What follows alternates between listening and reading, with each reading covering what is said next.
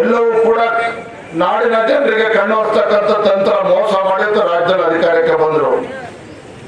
BJP ಸರ್ಕಾರದ ಮೇಲೆ 40% ಭ್ರಷ್ಟಾಚಾರದ ಆರೋಪವನ್ನು ಕೂಡ ಹೊರಿಸಿದ್ರು, ಜನರು ಕೂಡ ಆಶೀರ್ವಾದ ಮಾಡಿದರು.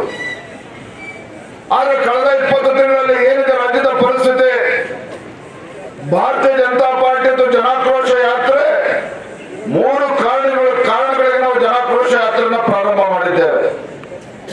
ಮೊದಲನೇದಾಗಿ ರಾಜ್ಯದಲ್ಲಿರ್ತಕ್ಕಂಥ ಈ ಬೆಲೆ ಏರಿಕೆ ಕಾಂಗ್ರೆಸ್ ಸರ್ಕಾರದ ವಿರುದ್ಧ, ಬೆಲೆ ಏರಿಕೆ ಭ್ರಷ್ಟಾಚಾರದ ಕಾಂಗ್ರೆಸ್ ಸರ್ಕಾರದ ವಿರುದ್ಧ ಜನರಲ್ಲಿ ಜಾಗೃತಿ ಮೂಡಿಸಬೇಕು ಅಂತ ನಾವು ಹೊರಟಿದ್ದೇವೆ.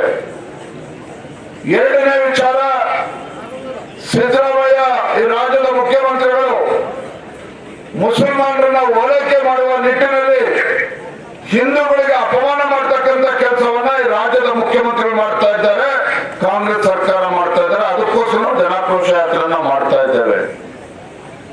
ಇನ್ನು ಮೂರನೇ ಕಾರಣ, ಪ್ರಮುಖವಾಗಿರ್ತಕ್ಕಂಥ ಕಾರಣ, ರಾಜ್ಯದಲ್ಲಿನ ಪರಿಷ್ಠ ಜಾತಿ ಪರಿಷ್ಠ ಪಂಗಡಗಳ ಆ ಸಮುದಾಯಗಳ ಅಭಿವೃದ್ಧಿಗೆ ಮೀಸಲಿಟ್ಟಿರ್ತಕ್ಕಂಥ ಹಣವನ್ನ 38,500 ಕೋಟಿ ಅನುದಾನವನ್ನ ಬೇರೆ ಕಾರ್ಯಕ್ರಮಗಳಿಗೆ ಬಳಸಿ ಇವತ್ತು ಅಲ್ಲೂ ಕೂಡ ಭ್ರಷ್ಟಾಚಾರ ಆಗ್ತಾ ಇದೆ. ಇದರ ವಿರುದ್ಧ ಭಾರತೀಯ ಜನತಾ ಪಾರ್ಟಿ ಜನಾಕ್ರೋಶ ಯಾತ್ರೆಯನ್ನು ಪ್ರಾರಂಭ ಮಾಡಿದ್ದೇವೆ.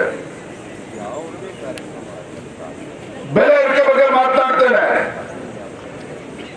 ಕಳೆದ 20 ತಿಂಗಳಲ್ಲಿ ಸಿದ್ದರಾಮಯ್ಯನವರು ಯಾವ ರೀತಿ ಬೆಲೆ ಏರಿಕೆಯನ್ನು ಮಾಡಿದ್ದಾರೆ ಅಂತ ಹೇಳಿದ್ರೆ ನನಗೆಲ್ಲೋ ಒಂದು ಕಡೆ ಅನುಮಾನ ಕಾಡ್ತಾ ಇದೆ. ಈ ರಾಜ್ಯದ ಮುಖ್ಯಮಂತ್ರಿಗಳು, ಅನುಭವಿ ಮುಖ್ಯಮಂತ್ರಿಗಳು ಇದ್ರೂ ಸಹ ಒಂದು ತಜ್ಞರ ಸಮಿತಿಯನ್ನ ನೇಮಕ ಮಾಡಿಕೊಂಡಿದ್ದಾರೆ. ಯಾತಕ್ಕೋಸ್ಕರ ತಜ್ಞರ ಸಮಿತಿ? ಉತ್ತರ ಕನ್ನಡ ಜಿಲ್ಲೆಯಲ್ಲಿ ಏನು ಅಭಿವೃದ್ಧಿ ಆಗಬೇಕು, ಇವತ್ತು ಬಿಜಾಪುರ ಬಾಗಲಕೋಟೆಯಲ್ಲಿ ಏನು ಅಭಿವೃದ್ಧಿ ಆಗಬೇಕು, ಅದೆಲ್ಲ ಪ್ರಶ್ನೆ.